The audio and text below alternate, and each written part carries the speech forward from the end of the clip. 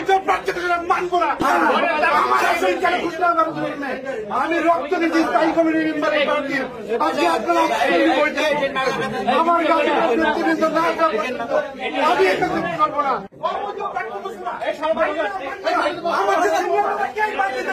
না, এটা অন্যায় করা হয়েছে। কোন প্রার্থীর কার্যক্রম করা হয়েছে না, মানে হবে না।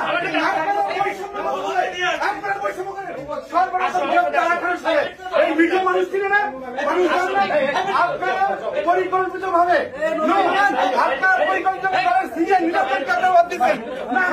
আমার গাজীপুরের নেতা কর্মী আসা পর্যন্ত আমার সঙ্গে নর্মাল মানুষের ঘটনা হবে, আমি যাবো না।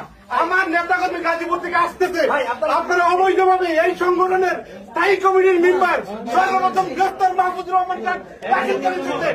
আজকে আমার আসন অন্য মানুষের ঘটনা হবে না। আমার গাজীপুরের নেতৃবৃন্দ আসেন পূর্ব পর্যন্ত আমি লড়বো না।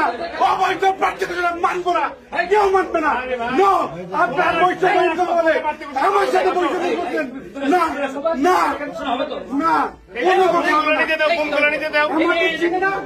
আমাকে চিনে না মিডিয়া, সংগ্রাম করছি ওনার সাথে আন্দোলন। আমি মফিজ ঢাকা বিশ্ববিদ্যালয় আন্দোলন সংগ্রাম করছি। আমি ভিতরে যাবো কেন? আপনারা আমার দিচ্ছেন নেবারিবা বৈষম্যের কথা বলে আপনারা বৈষম্য করতেছেন। হবে না। আমার লোকাল আমি করবো না।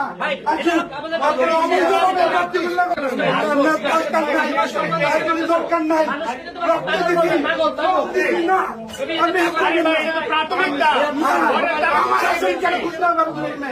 আমি রক্ত দিচ্ছি স্থায়ী কমিটির মেম্বারের প্রার্থীর।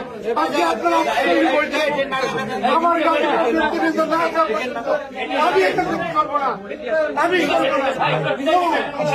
কেন এই বৈঠক আপনারা বলেন?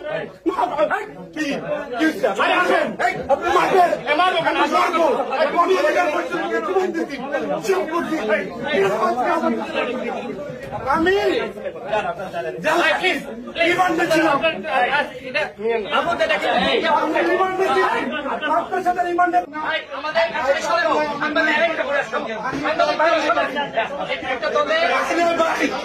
এরা দুর্নীতি বৈষম্য করে আসন কেন বিক্রি করলো?